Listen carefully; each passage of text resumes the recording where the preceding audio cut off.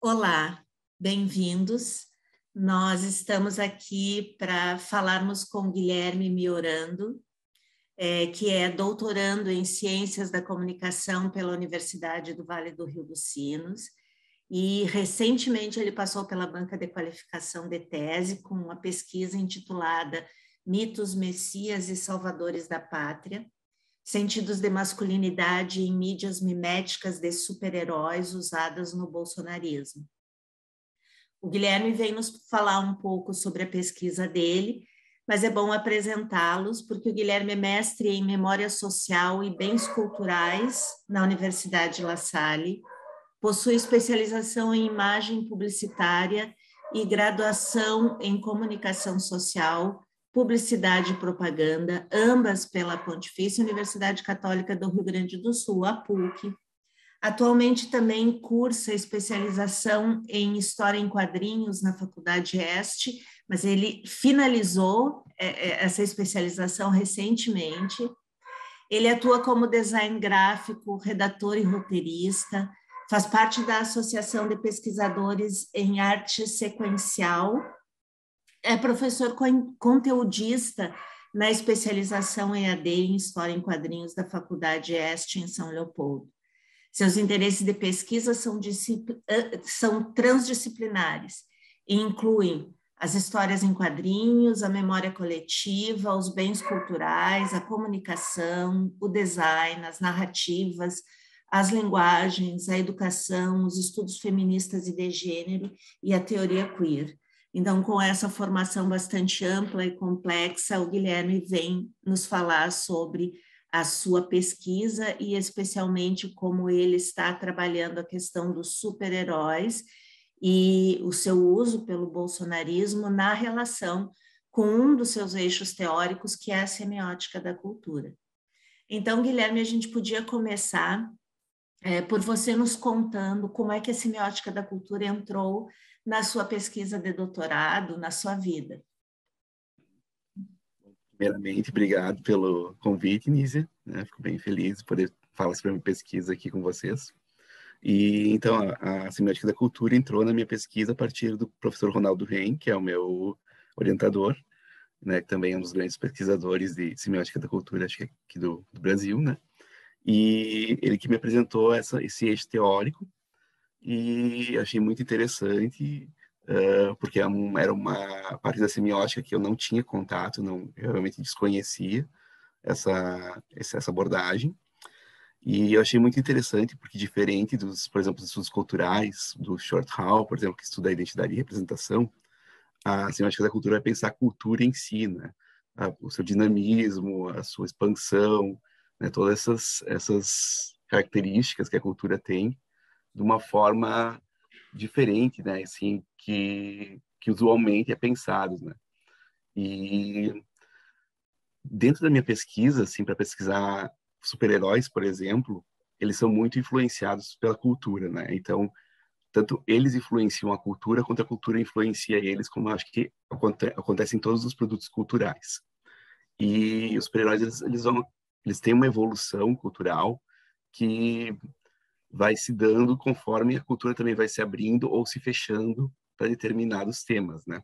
Então, por exemplo, o gênero, que é uma coisa que eu pesquiso atualmente, mais masculinidades, que no meu mestrado eu pesquisei identidade queer, LGBTQIA+, e agora eu fui para masculinidades porque está na masculinidade onde que acontecem todos os cerceamentos do gênero, né? Porque é a parte dominante do gênero, digamos assim, e é que é pouco estudado também. Então, acho que é interessante a gente ver da onde que surgem todos esses cerceamentos de gênero e como a cultura ela acaba influenciando nisso. Então, a dinâmica que a semiótica da cultura oferece para estudar esses tipos de representações, não só representações, mas também a própria dinâmica da cultura, das masculinidades, dos super-heróis, né, e como que vários artefatos da cultura vão influenciando essas produções. A semiótica da cultura é muito rica, né, nesse sentido, principalmente porque eu acho que ela pensa a cultura espacialmente, né? E também ela acaba colocando dualidades também de terrenos, que também é uma coisa que o Ronaldo Ren e o Vinícius Flores pensam, né, que as territorialidades semióticas, de colocar essa espacialidade da cultura, né, com dualidades, por exemplo, o masculino e o feminino, no caso da minha tese, o super-herói, o super-vilão, a direita e a esquerda, né, e como que os sentidos são trabalhados nessas territorialidades, são apropriados, são traduzidos, né? Então, acho que a semiótica da cultura, ela tem um eixo teórico muito importante, muito, como é que eu vou dizer, potente, né? Para a gente pesquisar essas batalhas de sentidos, né? E os super-heróis, eles são produtos que podem ser, como toda imagem, por exemplo, né? Imagens narrativas místicas, por exemplo, cíclicas, né? Eles podem ser apropriados pelas pessoas como personagens flutuantes, como diz Humberto Eco, né? Então, eles estão flutuando no imaginário das pessoas e elas podem se apropriar deles da forma como bem entenderem para os utilizarem e se apropriarem deles ou subverterem, enfim, seus sentidos como bem lhe aprouver, né? E então, a semiótica da cultura, ela lança também esses eixos teóricos que a gente consegue entender como que esses movimentos acabam acontecendo. Eu gostei muito que você falou em batalhas de sentido, né, Guilherme? Porque é o que a gente vive hoje, vive em todos os tempos, mas me parece que a gente está sentindo isso de forma muito presente hoje. Mas um dos vieses da sua pesquisa com certeza agrada muita gente, que é a questão dos super-heróis, né? Então, eu gostaria que você falasse um pouco em como a semiótica da cultura ajuda você a pesquisar a questão dos super-heróis.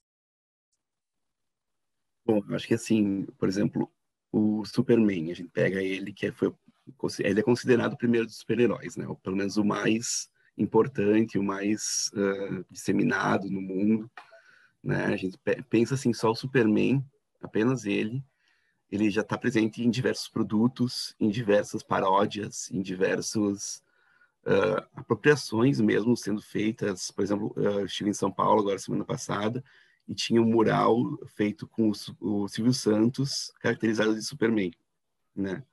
Então a gente pensa assim, quantas pessoas já foram associadas ao Superman e esses sentidos que o Superman passa, está emprestando esses sentidos para outras pessoas, outras marcas, por exemplo, né? Que sentidos são esses que o Superman passa ao longo do tempo histórico, né? E que vai querendo fazer com que as pessoas se associem a ele, esses sentidos de força, de masculinidade, de poder, né? E por quê? E por que que isso acontece, né? O que que leva as pessoas a quererem se associar à marca Superman, né? Ou aos sentidos do Superman?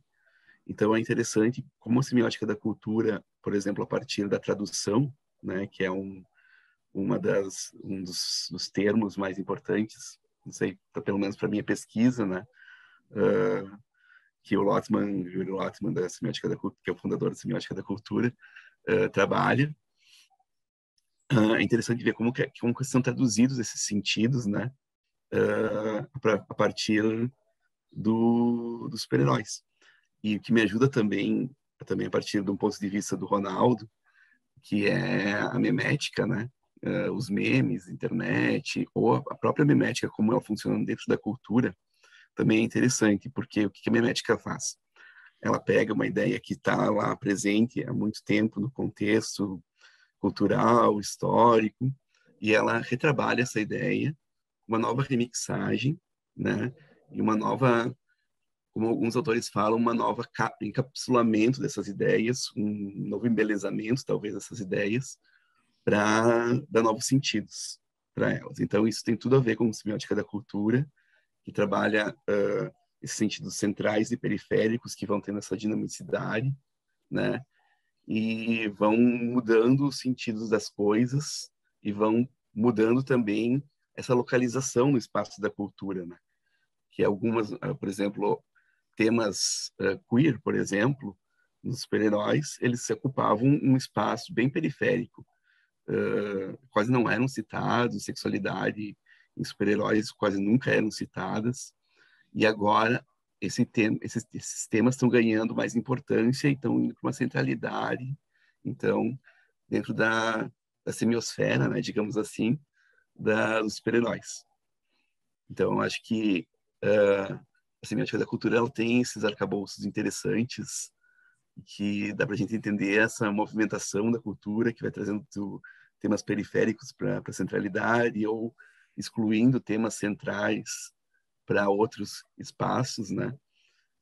Por exemplo, as masculinidades, as branquitudes, a gente está vendo que está tendo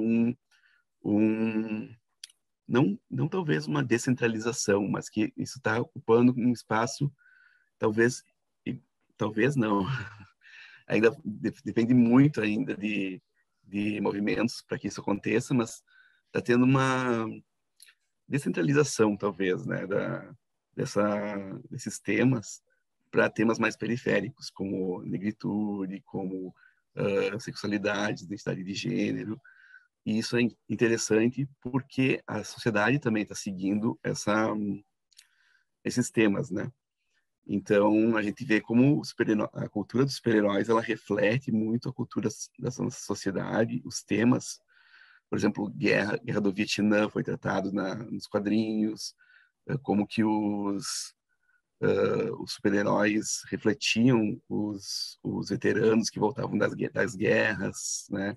Claro que a cultura estadunidense ela é muito belicista, né? Também, então tem tudo a ver com os super-heróis.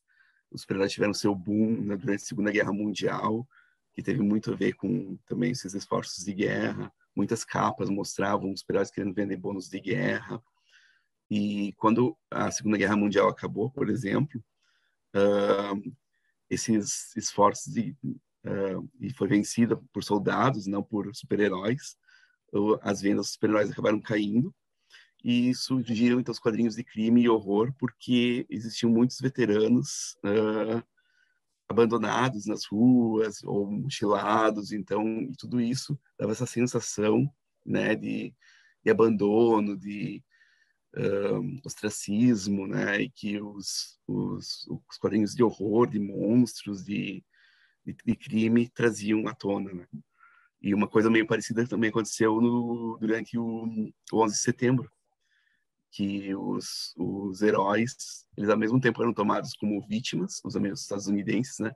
Eles eram ao mesmo tempo tomados como heróis e ao mesmo tempo tomados como vítimas. Então existia uma dicotomia, talvez, aí nesse sentido, né? De que esses sentidos de vítima e herói se misturavam um pouco, né? Nessa semiosfera, digamos assim. Então, acho que é mais ou menos por aí, né? Você faz uma bela relação com os interesses da vida, o contexto, né, a vida que vivemos, com essas questões teóricas, por assim dizer, mostrando como a pesquisa tem relação com a vida, né, uma relação profunda. E aí eu queria acrescentar uma pergunta também, que você é quadrinista. Como é que esse conhecimento teórico ajuda, não sei se ajudou, mas se ajudou, como ajudou na sua produção profissional do dia a dia, né? O que a gente chama de mercado. Então, no meu mestrado, é um mestrado profissional. E nesse mestrado profissional, a gente, além de produzir a nossa dissertação, a gente produz também um produto. E aí, a gente tem que pensar a dissertação em função do produto, não o produto em função da dissertação. E o meu produto, então, foi um quadrinho autobiográfico sobre a formação da minha identidade como queer. E eu estudei também no mestrado um quadrinho autobiográfico de uma autora chamada Alison Bechdel, que inclusive criou o teste de Bechdel, que é para verificar como as representações femininas são feitas nos produtos culturais, cinema principalmente, né? E essa autora, ela se assumiu lésbica e mais para frente ela descobriu que o pai dela era gay enrustido. Então, é muito interessante como ela constrói essa identidade lésbica dela nesse quadrinho. E a partir dessa minha verificação de como ela construiu essa identidade dela ali, eu criei algumas diretrizes para criar o meu próprio quadrinho. Claro que o meu quadrinho, em tamanho, em escopo, tudo é bem mais enxuto que o dela, né? Mas deu para poder estudar a partir desse quadrinho fan home dela e desenvolver o meu. Então, isso eu acabei aplicando dentro das minhas obras, digamos assim, né? Meus trabalhos em quadrinhos. E foi o primeiro quadrinho que eu fiz com essa temática. Então, é uma temática que me dói bastante falar, né? Porque tem que falar de mim mesmo, eu mesmo tenho que desenhar, eu mesmo tenho que fazer todo o projeto, todas as letras, mas é também catártico, né? Então, é bastante importante pensar esse ponto de vista também pessoal, né, das pesquisas. E para a pesquisa do doutorado, eu ainda não sei como é que eu vou utilizar ela nos quadrinhos, mas certamente vou fazer algum movimento também nesse sentido.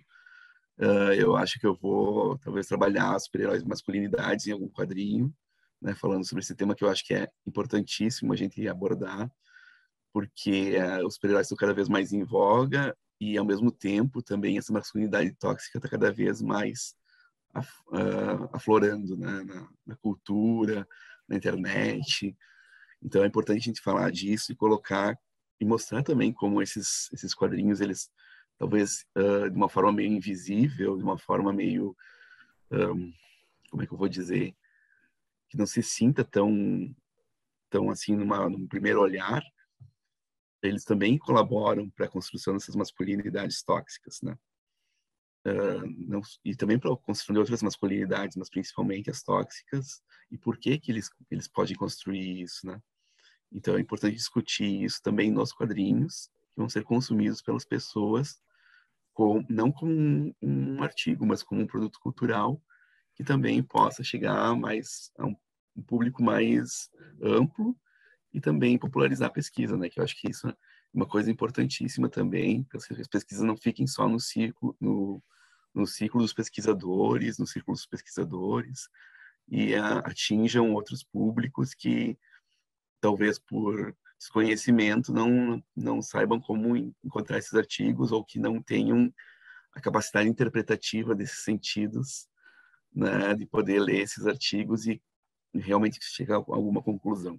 Então, os quadrinhos, eu acho que eles ajudam nessa popularização, como já aconteceu com vários trabalhos acadêmicos que foram transformados em quadrinhos, né? E também é muito importante esse seu trabalho para abrir espaço para temáticas e conteúdos que não têm comumente espaço, né? Ou seja, da periferia para o centro e buscando espaço para todos, né? Que esse seja um centro aberto, o centro da periferia, um centro mais diversificado, então é muito bacana. E outro ponto que você trata aqui também é a questão da tradução, da divulgação científica, de como a gente pode levar esse conhecimento de forma mais acessível para as pessoas, para que não haja um distanciamento tão grande entre a academia e o mundo real, né? Que é o que, de certa forma, foi construído. Bem, mas isso é assunto para um outro momento. Eu queria finalizar a nossa conversa aqui,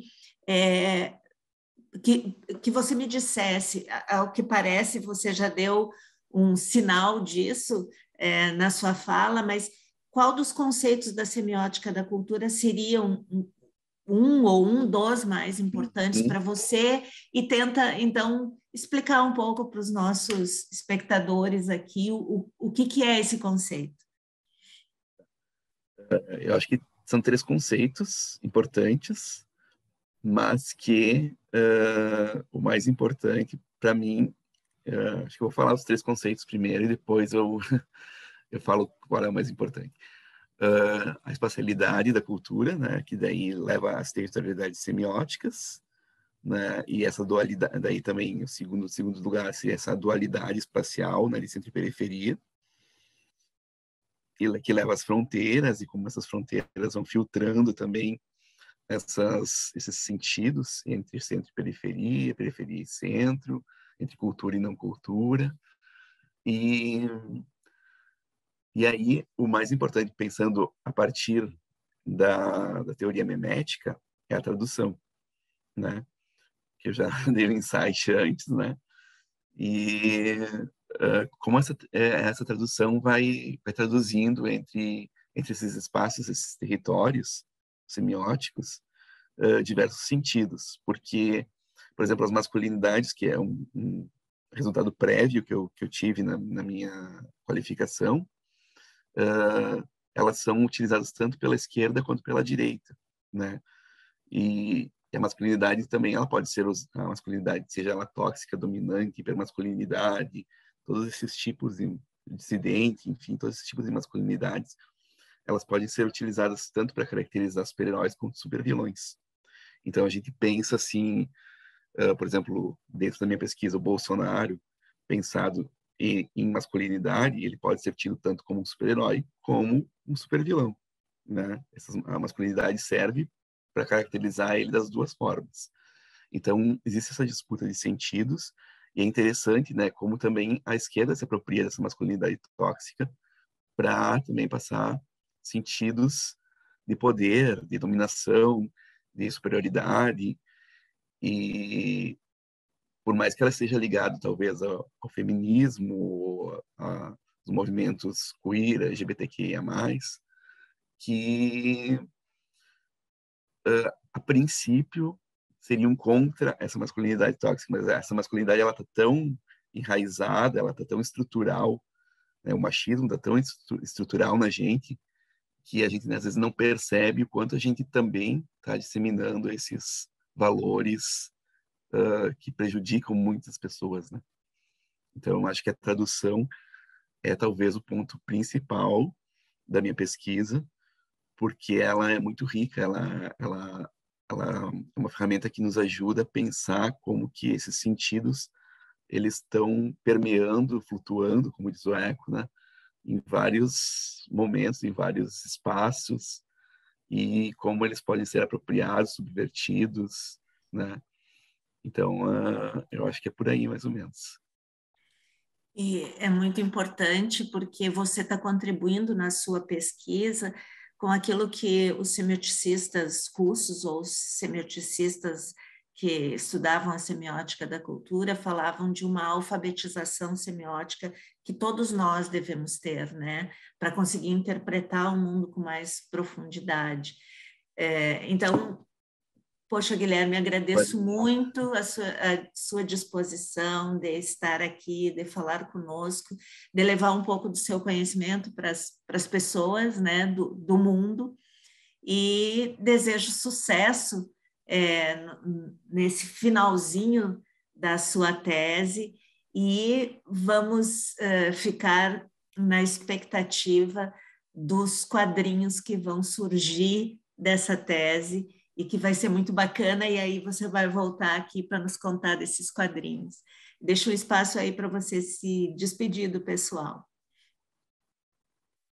Então, tá, obrigado, Lígia, pelo espaço, obrigado por poder compartilhar as minhas ideias, as minhas pesquisas aqui com o mundo. E também queria dizer, né, que tu falou sobre a alfabetização semiótica, que é importantíssima, principalmente agora que o mundo está cada vez mais mediado por imagens, né? E como essas imagens acabam virando narrativas, né? Memória, principalmente, né? E acabam virando esquecimento também, que é um dos binômios da memória. E as pessoas esquecem muitos sentidos, muitas se apropriam deles da forma como bem quiserem. E esse negócio da alfabetização semiótica é importantíssimo para os quadrinhos, porque os quadrinhos são feitos de textos e imagens. E é na conjunção do texto e da imagem que se cria um terceiro sentido. Então, saber ler imagens é o essencial para os quadrinhos. E talvez por isso, para as pessoas não saberem ler imagens, é que esses sentidos dos super-heróis eles ficam tão perdidos, tão flutuando, tão sendo apropriados por sentidos que fogem de forma espúria, assim, de como foram criados para serem defensores dos fracos e dos oprimidos, né? E serem pessoas que vão pelo bem geral e não pelo bem individual, que tem valores éticos e morais, e isso está sendo dilapidado. Então, agradeço pelo espaço e agradeço por poder colocar minhas reflexões aqui, e espero que as pessoas consigam sair desse momento sombrio que nós estamos e interpretar o mundo de uma forma mais positiva, talvez, né? Isso mesmo, Guilherme. Super agradeço e nos vemos em breve.